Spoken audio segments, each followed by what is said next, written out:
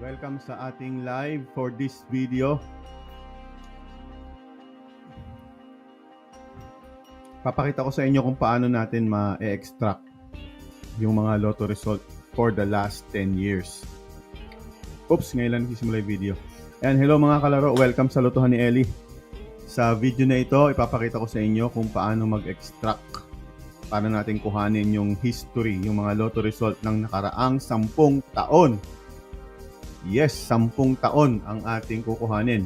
Para saan naman yung ating, bakit naman natin kukuhanin yon? Dahil magko-compute po tayo ng mga hearing. Yes, nakikihearing na rin tayo pero agad-agad ko nang sinasabi na hindi po yun mananalo. Hindi po yun guaranteed na mananalo. Yun po ay base lamang sa mga statistic, yung mga history, yung mga lumabas na dati.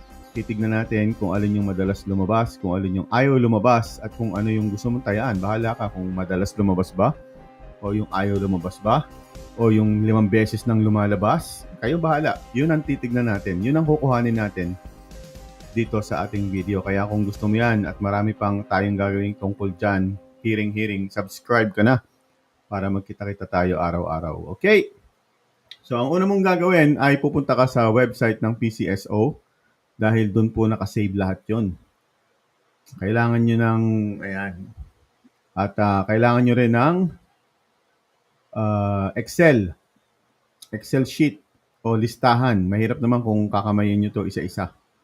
So, mahirap po yon. Ang dami nito para isulat natin isa-isa. So, kailangan natin ng Excel. Ang gamit ko po ay Google Doc. Ito po ay pwedeng i-share kung gusto nyo ng kopya ng link. I-message nyo lang ako at ibibigay ko sa inyo. Kung ayaw nyo naman mag-message, balik-balikan nyo na lang itong ating video kung paano yan. Okay?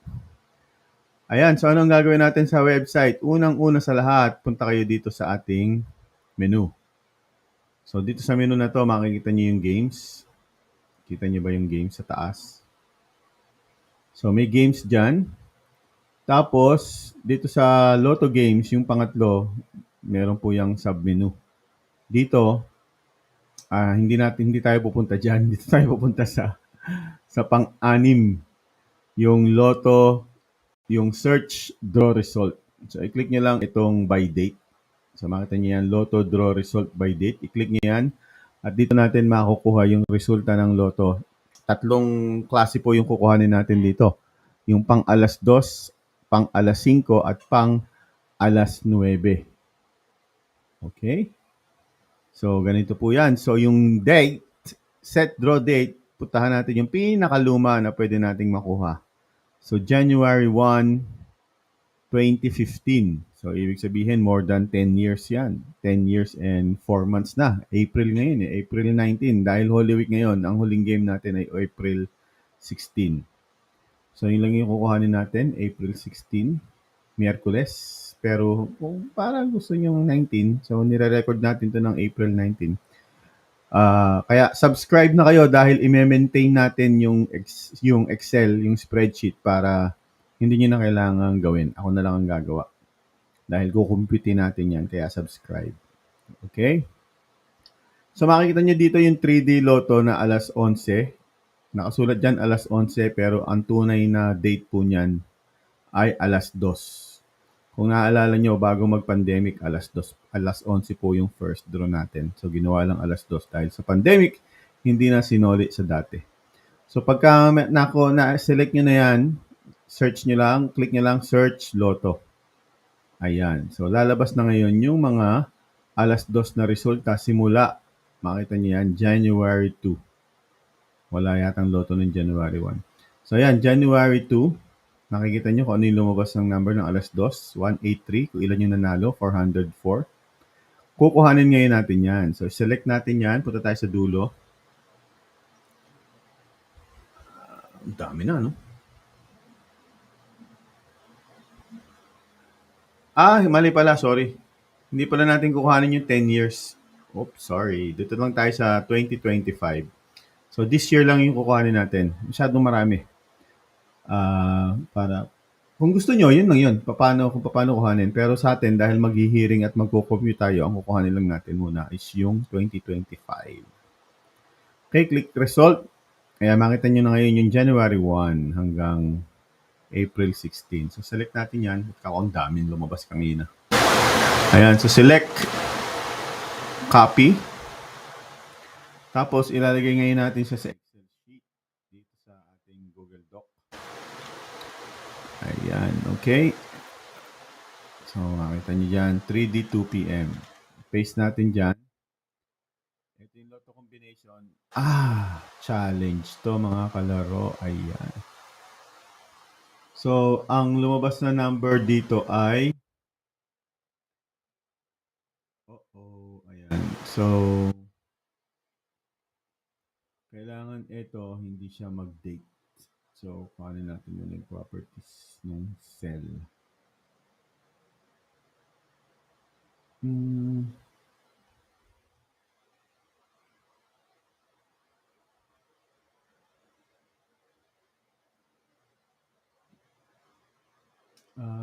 Paano ba? Sino nakakaalam? Data. Kailangan natin siyang gawing i-paste natin as text. Paste special values only. Oops, 2008 pa rin lumalabas. Paste special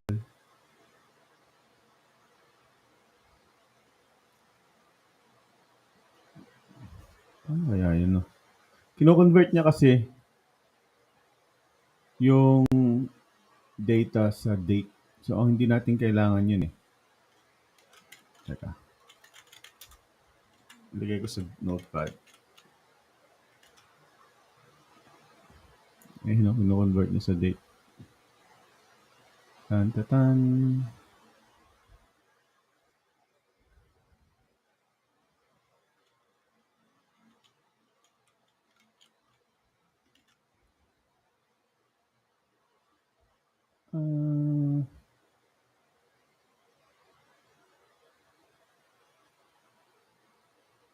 Format natin yung cell. Number, plain text. Format. Plain text. Ayun! So, 578 na siya. 578. Ayan. So, naka-plain text na siya.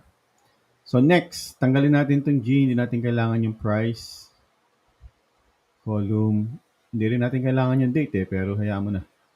So, kuhanin naman natin ngayon. Kita niyo pa ba? Dito, kuhanin natin ngayon yung 3D ng 5 p.m. So, balik tayo doon sa ating PCSO website. Ayan. Ayan.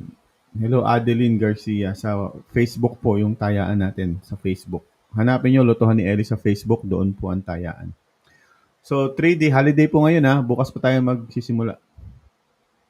So, dito, hanapin nyo ngayon yung 3D Lotto 4 p.m. Pero hindi po 4 p.m. yan. Yan po ay pang 5 p.m. So, search nyo lang. Click search Lotto. Ayan, makikita nyo na dito yung ating 5 p.m.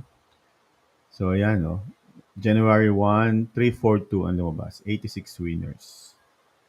So, click natin yan. Kuhanin natin. Tapos, kopyahin natin sa ating Excel. So, ganito po ang pagkuha ng mga result. So, ang kailangan natin ngayon sa Excel, kukumputin natin kung ano yung mga number na masipag lumabas. Kung gusto nyong malaman yan, dapat nakasubscribe na kayo. Kung gusto nyong malaman kung anong number ang mga madalas lumabas, dapat nakasubscribe na kayo sa ating channel dahil magbibigay po tayo ng hearing. Akala ko hindi ko gagawin yun pero magbibigay din tayo ng hearing. Pero ang pagkakaiba namin doon sa nagbibigay ng hearing, yung iba kasi isusulat lang nila. Hearing na. Hindi mo lang pinakita kung bakit yan ang sinulat mo. Diba? So dito, ipapakita natin sa inyo kung ano-ano ba yung mga number na madalas lumabas. At yun yung ating ibibigay sa inyo as hearing. Again, disclaimer, hindi po siya mananalo ha. Wala pong nakakaalam ng mananalong number. Yung ibibigay po nating number ay parang statistic, resulta ng mga nakaraang nanalo. So parang doon tayo magbabase doon sa mga lumabas na before. So para sa 9 PM, ayan po, 3D Lotto 9 PM. So i-search nyo lang yan, 3D Lotto 9 PM. At lalabas na yung mga, ayan, 645 ang lumabas ng 9 PM ng January 1. Okay, ganun lang po kasimple. Kopyahin ngayon natin yan. Ay, hindi kasali yung search. So, kopyahin natin yan, tapos ilalagay ngayon natin dito sa ating spreadsheet. Okay, ganun lang po kasimple, mga kalaro.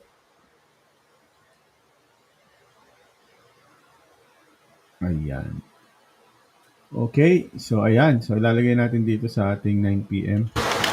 Again, mga kalaro, bakit natin ginagawa ito? Dahil kukumputin po natin kung ano ang mga madalas lumabas at yun po yung ating tatayaan. Ako, subukan kong tayaan. Pero again, wala po nakakaalam ng mananalong number. So gagawa tayo ng another sheet dito. Paghihiwa-hiwalayin po natin to. Or pwedeng yan Ang dami lang kombinasyon. Paghihiwa-hiwalayin po natin yan. Pero ang una natin gagawin ay ililista natin sa matrix. Gaano kaya karami yun? 3-dimensional matrix. Mahirap yun So yan. So paghihiwa-hiwalayin po natin ito. Tapos titignan natin kung alin sa kanila yung madalas lumabas. For example, ito yung 2 PM. So kita nyo ba? So yan. Target po ito So paghihiwalayin po natin yan. Data split to columns. Ayan. So, yan po yung ating 2 PM. So, makikita nyo na ngayon at yan yung ating kukumputin kung gaano kadalas lumabas yung mga number na yan. So, meron tayong 2 PM. Meron tayong 5 PM.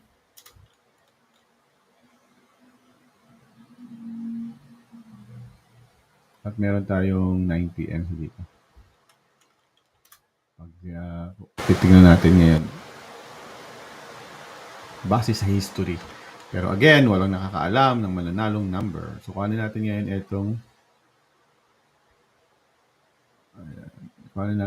itong pang alas 5.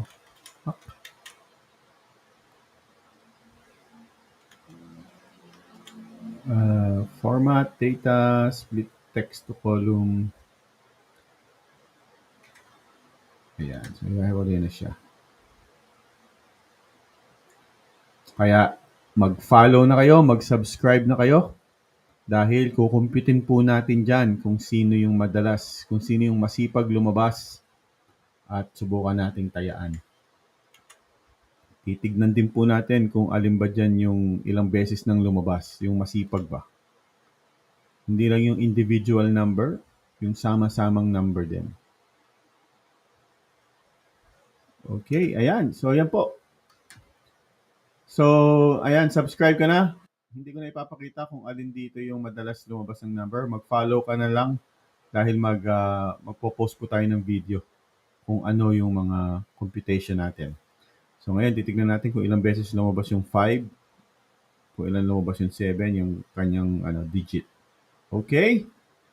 Ayan. Thank you for watching, mga kalaro. Adeline, shoutout sa'yo. At follow mo na yung page natin dahil sasabihin na natin kung ano yung mga madalas lumabas sa mga susunod nating shorts video.